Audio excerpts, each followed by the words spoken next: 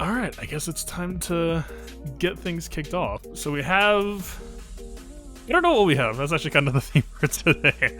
We have a matchup that I haven't really been able to scout at all. I've been out and about getting an infusion at the hospital. What is this? This looks like we are actually kind of down in a lot of places. So the one thing I did notice pretty much immediately is that this person has no Galactic Legends and no Jedi Luke, which means that just kind of naturally this is already a huge mismatch, but you know, they've got a ton of Relic 7, and this, like, looking at this now, actually this is kind of insane to me. We have what, right? We have, like, normally when you see this, I'm looking like here, and where's the Zeta today? Here, for like a huge gap. This is actually one of the narrower gaps that I've seen, especially for such a big, like, disparity in the stuff we have. Like, I have more gear 11, and that never happens in matchups like this usually. Usually it's like they've inflated most of their roster, they're a longtime player, they got a ton of Zetas. This kind of looks like a unicorn, actually. This is weird. I mean, I am assuming they've been a longer time player. You know, they have the... It looks like they have been putting their work on mods to show for it, so... Respect there, of course, and it looks like they have more top-end relics as well, but... I'm a little bit surprised that this says that it's an even GP matchup. Or that they have more by a very narrow margin. Huh. Yeah, weird. Interesting. So we have... Again, just... flipping on over. Just looking at the GAC board today, based on what I assume that he's going to have to run, as well as what I saw him practicing, I don't know that we really have a whole lot of surprises to worry about here. Like, maybe they might try to hang on to DR. I wouldn't be surprised by. I saw him practicing. Today should just be all about consistency. I don't think there's a whole lot of room to need to make clutch calls, but at the same time, I think that's partially because of his layout here. So we have a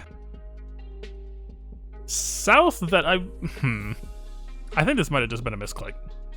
I think he meant to do Finn lead, but even then, so I did JTR against this in 3v3, it ended up going south.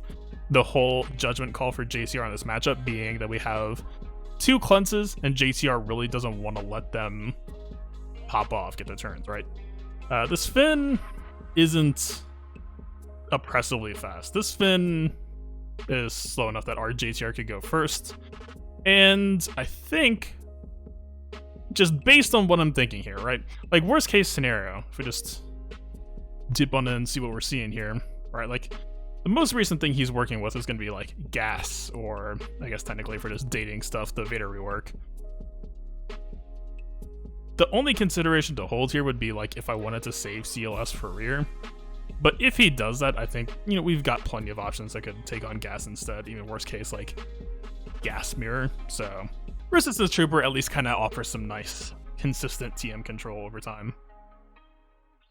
I think this should be pretty alright as long as we continue to juggle them correctly. We've got a actually pretty nice fast R2 today as well.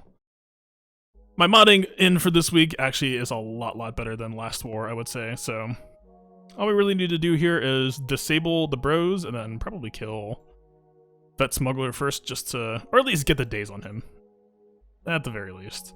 So he should be the first damage threat, so I'll wiggle here for the offense down. Flamethrower over here. It's actually kind of a waste of a flamethrower in my opinion, but we got the mind tricks over here. We didn't get the expose on that Finn yet. Let's just give JTR the triple translation.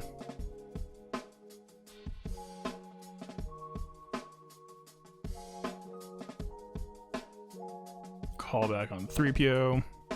At this point, the only character, like, this is already pretty much over, right? But the only way that we could possibly run into trouble here is if Finn gets to go and takes his turn, so. Yeah, I think he might have got his fins crossed up, I believe. Triple translation here doesn't really, just feed it to BB-8. Yeah, I think the dynamic on this matchup is just so different in 3v3, right? Like in 3v3, you don't have any room to breathe on, like, one of those cleanses is kind of breathing down your neck very, very, very quickly. So, 5v5, I really don't mind this matchup at all.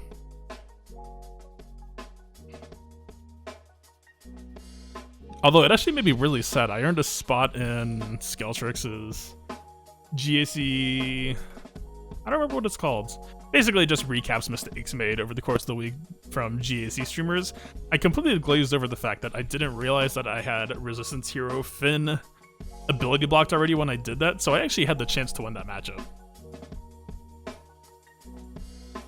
It's actually a really funny dynamic too, Fender, when you see that you're on, because basically, if you see your name on that list, usually it means like, what did I screw up? Right? It's not like it's cool, but also it's just like, man, what did I do? Oh, we could actually probably just format this with Chupi, alright? That, I think, sounds correct.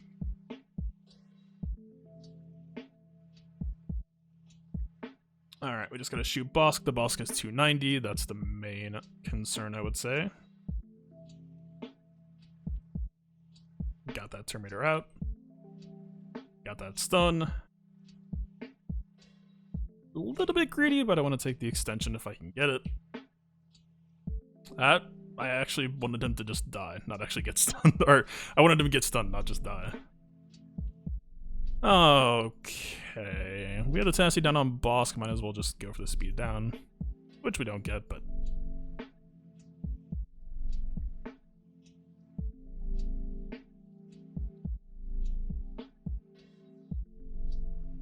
we're gonna run into the exact same issue here. I think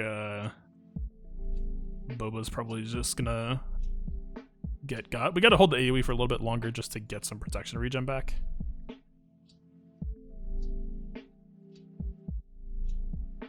That is a pretty lucky evade for our banners. Alright. Oh, I don't even have the Omega, I don't think. Or is that a Zeta? I think that might be a Zeta. We missed out on the, what, 10,000, or, yeah, 10,000 extra damage. All those kills. Just a missed opportunity. Alright, what's behind door number 1? We got Lady Mothma.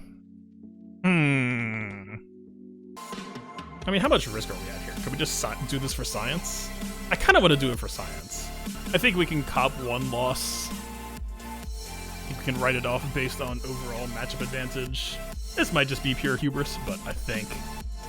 I don't know. I mean, this is something I've like had in theory for a while, but I just want to see it in action. You think that explains this? Yeah, we'll see. I mean, we know for sure that Sheridan Bays are going to... Oh, wait, this was a huge mistake. The mass assists are going to be giving Jhin crazy potency very, very quickly, actually. I didn't even think about that. I didn't factor that. So, like, she's already... Like, every turn that one of them takes is going to be racking up her stats. We'll see.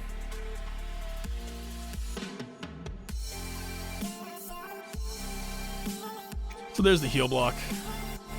I do think regardless, this is just going to be a matter of needing to count things up over time. We're just kind of letting Chirrut do his thing.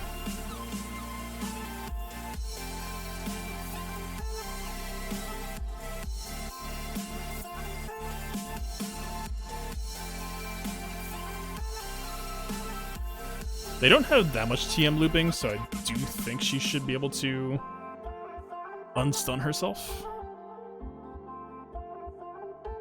Alright, his potency up is gone. Ooh. We'll see.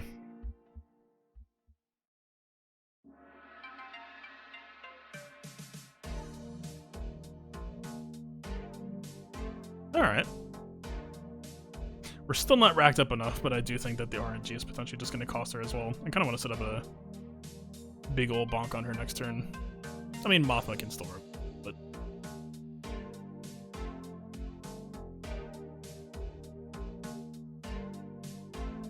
What's up, lady?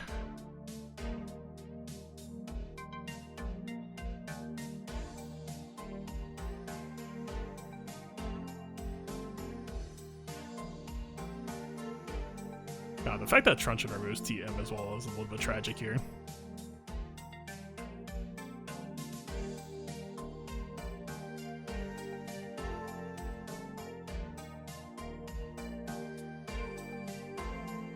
I mean, like, look at the buff generation there. Like, right, like, we know for sure that Nest is getting crazy game advantage. I actually wouldn't be surprised if this ends with a Nest AoE just wiping them. Let's try it once for... We're close. We're very close.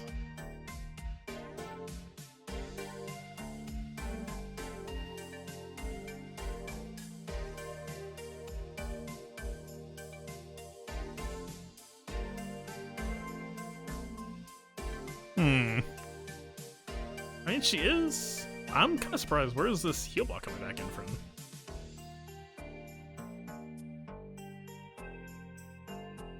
I know Cassian shares stats with K2. I don't think he should be borrowing from Jin's potency at all. Nest, for reference, has 175% tenacity, so... Oh, doesn't my Mothma actually have a potency share? In the stat share, I think? That actually might be a little bit scary.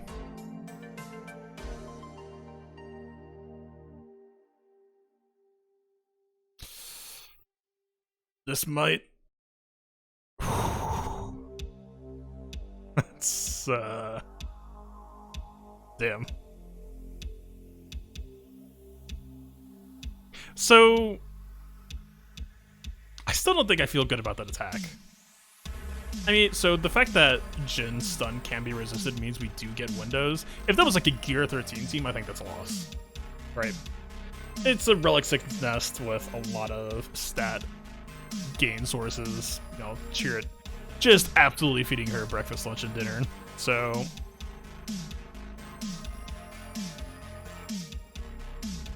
What's up with you, sir? I didn't know. Oh, Mothma lead. God, it's so weird to me that Mothma herself isn't a rebel fighter.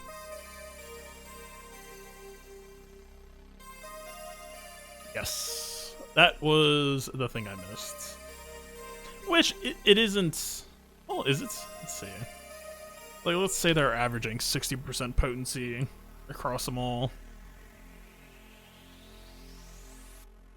It's like, what, plus 30% potency for the team, kind of. Yeah, that is a bit spooky for Nest. I don't know. Once Nest is strong enough that her AoE can cycle her as well, then she can actually kind of loop herself back out of that heal block, but... I don't know. I think I'll save that for weaker teams. I definitely wouldn't want to do that against Gear 13. So, okay. A little bit of science done out of the way. We do have a GG8, and the GG isn't slow enough to be bullyable. The biggest thing about the GG, I would say, is the attacking. Yeah, I saw. I don't have the... Huh. That looks... What does that look like? So I was expecting him to Vader against Rey. He actually has a pretty nicely modded Vader, all things told. He does it the way I wish I could do it. I've actually been farming crit chance sets just to get this set up. Is double crit chance set with a crit damage arrow. Currently, my crit damage mods are good, and my crit chance sets are not, so I have the opposite, which is not how you want to build Vader. That's just modding math in general, right? This is 16% crit chance with 42% crit damage versus 20% crit chance here and 30% crit damage. It's so much worse to do it this way. But I do have crit avoid arrows, and he's right on the 75% crit chance mark, so that's kind of what I was banking on here. We have crit avoid on both Malik and Rey. We do have a chunked out Malik, but I don't really read too much into this. Interesting. And also, I got the gas trap here. I saw him, I don't think he's got it in anymore, but it looked like he had... Oh, he does have it back in. Yeah, guarded 5s set up. So, yeah, I think should catch him out pretty well there. I actually don't know how guarded 5s does against Night Sisters there, but we shall see, I guess. We're doing it at the same time. Alright, for GG8, this GG, I don't know if I showed it yet, has a crit chance triangle, which means he's gonna hurt a little bit less. Like, it's still, he's still kind of up there. I was just gonna take in Jedi. It is, unfortunately, crit avoid arrow. He's not necessarily going to be fast enough. I don't think that the B2 will reveal himself first. But I think banner-wise, this might be... I don't know, this matchup is still just such a question mark for me ever since the TM gains, or the TM overlap changes. This is going to be such a weird fight. Sure, I'll take this. This is not how you should build Grandmaster Yoda, let's say.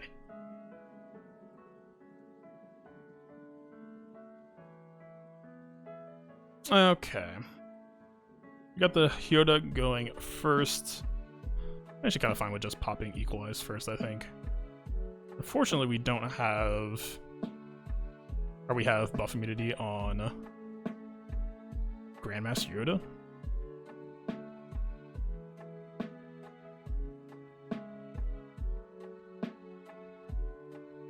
So the way this is generally going to work is, even with the paper cut GMY, we can still just cycle his turns enough to brute force through.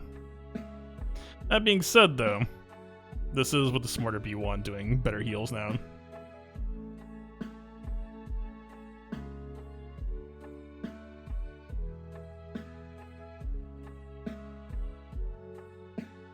His damage is so bad, even the splash doesn't kill there. Man! Sad. Very sad.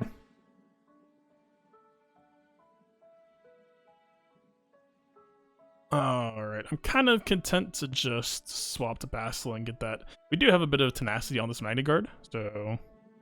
Okay. We didn't get the stun. He did the AoE already, so he can't cleanse off. This is the kind of unfortunate part, is we might have to just bite the bullet and kill BB-8 now. We could just Master's Training onto GMY dies, and then Master's Training onto Jolie. It's kind of cute. He does so little damage. Who is this guy? I don't recognize him anymore. He used to be someone. The way this is playing out, this is probably not going to be a 60 just because we don't have that much wiggle room, it feels like.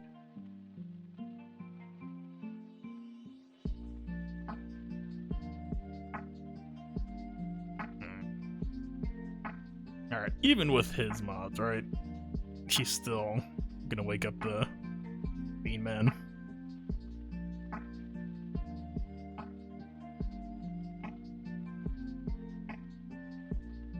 Okay.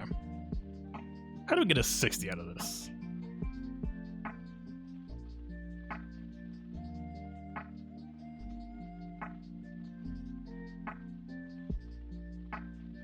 BB-8 Omega can be annoying. Yeah, I mostly just kind of just kill him early, right? You kind of have to. Okay, let's call... We need to try to extend while keeping Grievous alive is the awkward dynamic that we have going on. Because B1 assists can actually kind of help us here. Or B1 healing Grievous. But we just need to make sure that Grievous isn't going to actually tax us more than we regen. This is a very weird balance. Let's see. I don't think we can get Bastila back in time, so let's try to get...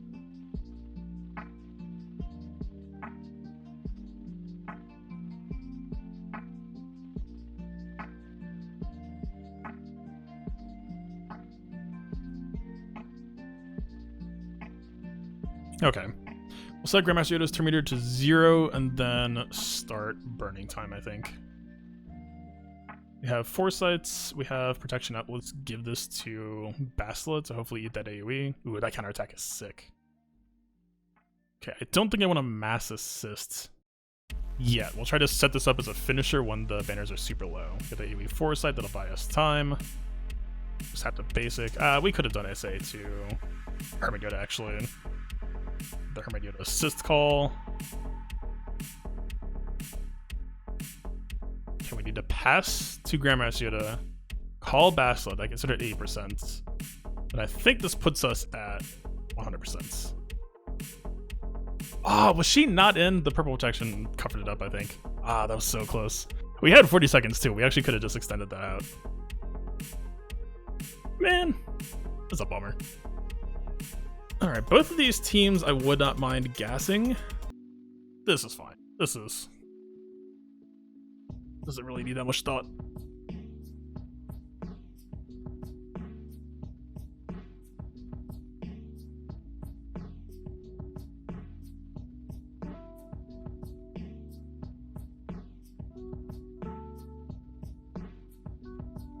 So what, right? Talzin doesn't actually represent a banner threat here, I believe.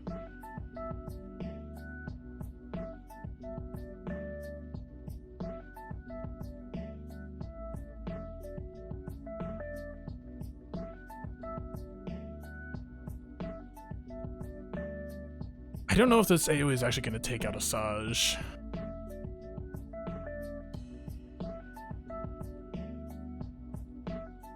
Did not, but it did daze her.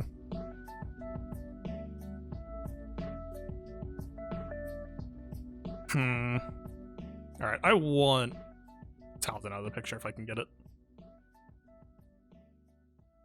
God, somebody's zombies already just reduced to paper. We actually might get full protection out of this. Okay, I'll take that. I do at least want Basilisk there to try to brute force through debuffs. So I still don't really trust choke against the Malik. So I just take this as a cop-out.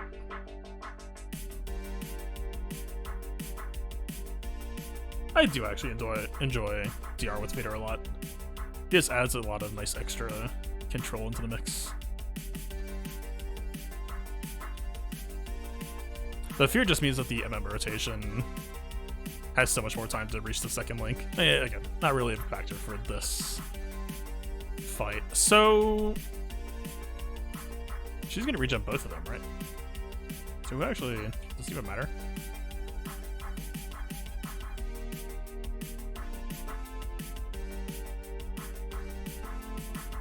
How greedy is it to just take the claw and nest now instead? Also, I can't, I legitimately can't. Oh, why is this off? Hold on.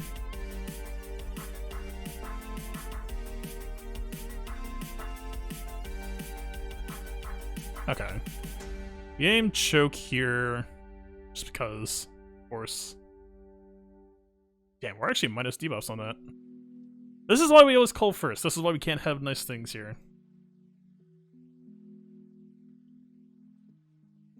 And holistically, I think we're supposed to debuff.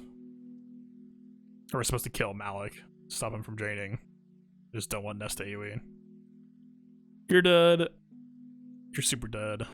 You're extremely dead. No, I don't know why I said super dead. Are you dead? She actually is dead. Okay, I take it back. I apologize. Milady Nest. Is she? Or no? It just looked like he was because of the expose.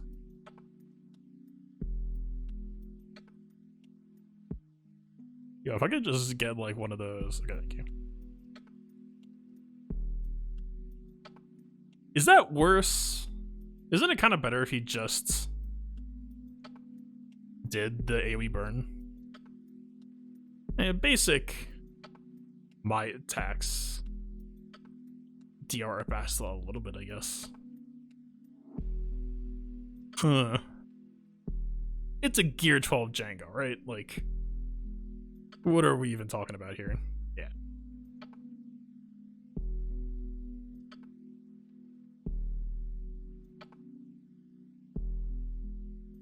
Okay. I actually do think I might have preferred the burn there. Because we had CBM, right? So he's not even going to do, or like land the burns. Okay. I have my plan.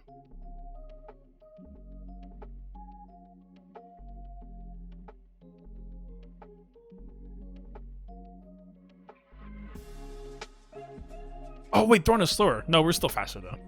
Woo! Almost just got scared for a second there.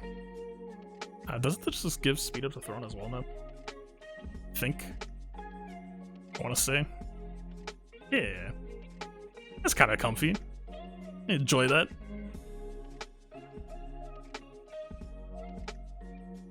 And then, be a real shame if your boy just got deleted.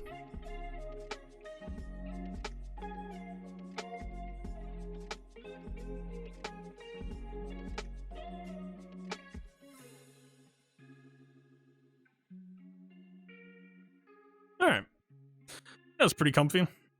I gave myself a heart attack for a second there, remembering that Thrawn was 280-ish, but again.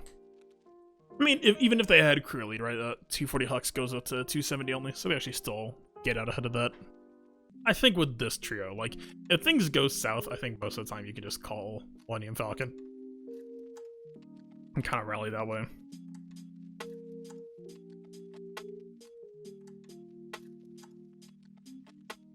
Give Retribution.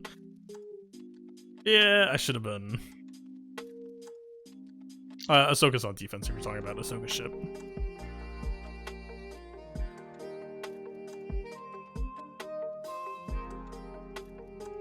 Still does feel kind of unfortunate going second in this matchup. I do want to get those mods fixed. Let's see. This at least gets the buzz droids off. We're gonna get ability block though, which does suck.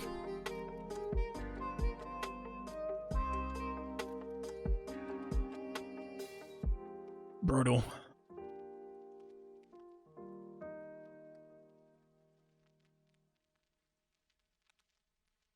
Alright, now for the part where...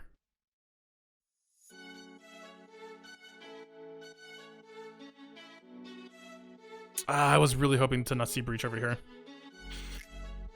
Basically, it's a 50-50 on if we get the buzz droids off or not now. Which... not a fan of 50-50s.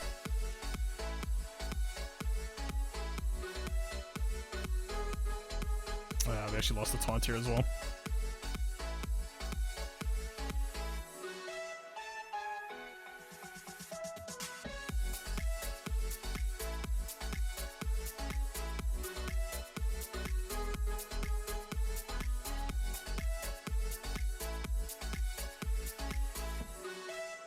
We don't have that much overdrive yet, so I don't think we're actually going to be able to kill any of these in one shot.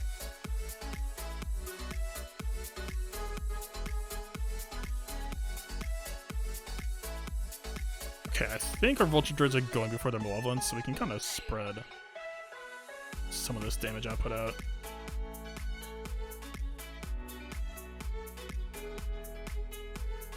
I'm pretty sure, I'm pretty confident that that should kill, so... That being said, let's let him do the honors.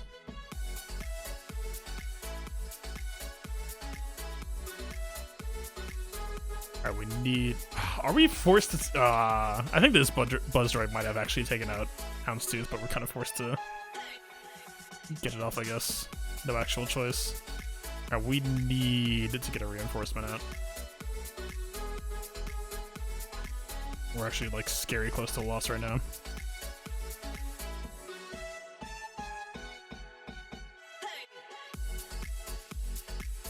This is the original, right? Okay. Whew. Half a Sun Fac away from defeat. Yeah, I'm still not a fan of going... Like, it feels really, really bad going second in that matchup, right? Yeah, 1938, I'll take it. Yeah, it's a fairly cheesy day-to-day, all things considered, but we'll see what happens up here. Yeah, alright, let's call that a round, I guess. That was... so, that was pretty fast. Yeah. Let's just say peace out.